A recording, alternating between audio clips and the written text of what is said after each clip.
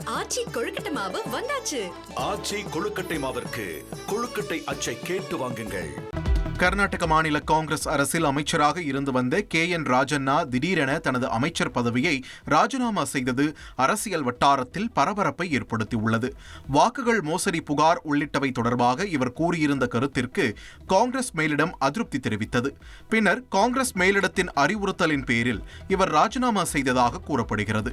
ராஜண்ணாவிடம் இருந்து ராஜினாமாவை பெறுமாறு முதல்வர் சித்தராமையாவுக்கு உயர்மட்ட குழு அறிவுறுத்தி இருந்ததாக கூறப்படுகிறது. முதல்வர் சித்தராமையா தனிச் செயலாளரிடம் இவர் தனது ராஜினாமா கடிதத்தை வழங்கினார். விரைவில் அவர் முதல்வர் சித்தராமையாவை சந்திக்க உள்ளதாகவும் தகவல்கள் வெளியாகியுள்ளன.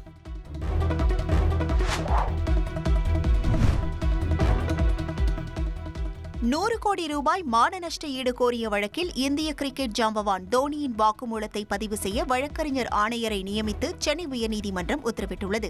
IPL சூதாட்ட வழக்கு தொடர்பாக அவதூறு பரப்பியதாக IPS அதிகாரி சம்பத்குமார் உள்ளிட்டோருக்கு எதிராக 2014ஆம் ஆண்டு சென்னை உயர்நீதிமன்றத்தில் தோனி மான நஷ்ட ஈடு வழக்கு தொடர்ந்தார்.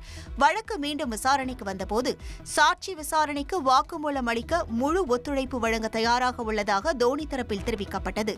பிரபலமானவர் என்பதால் வாக்குமூலம் அளிக்க நேரில் ஆஜரானால் குழப்பங்கள் ஏற்படும் எனவும் அக்டோபர் 20ஆம் தேதியிலிருந்து டிசம்பர் 10ஆம் தேதி இடையே அனைத்து தரப்பினரின் வசதிக்கு ஏற்ப ஏதேனும் ஒரு இடத்தில் வாக்குமூலம் அளிக்க தயார் எனவும் தோனி தரப்பில் கூறப்பட்டது.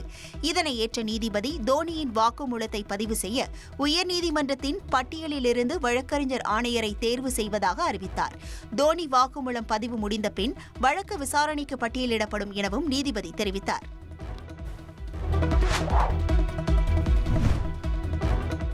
ஜப்பானின் தெற்கு பகுதியில் பெய்து வரும் கனமழையால் கியூஷு தீவு பகுதியில் பலத்த நிலச்சரிவு ஏற்பட்டுள்ளது. இதனால் புல்லட் ரயில் சேவைகள் முற்றிலும் நிறுத்தப்பட்டுள்ளன.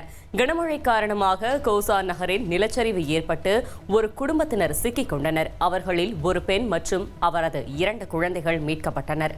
அவருடைய கணவரை தேடும் பணியில் மீட்பு குழுவினர் ஈடுபட்டனர். இந்நிலையில் குமாமோட்டோ மாகாணத்தில் சில நகரங்களுக்கு அதி கனமழை எச்சரிக்கையை ஜப்பான் வானிலை ஆய்வு மையம் விடுத்துள்ளது. ஆச்சி கொழுக்கட்டை மாவு வந்தாச்சு. ஆச்சி கொழுக்கட்டை மாவிற்கு கொழுக்கட்டை அச்சை கேட்டு வாங்குங்கள்.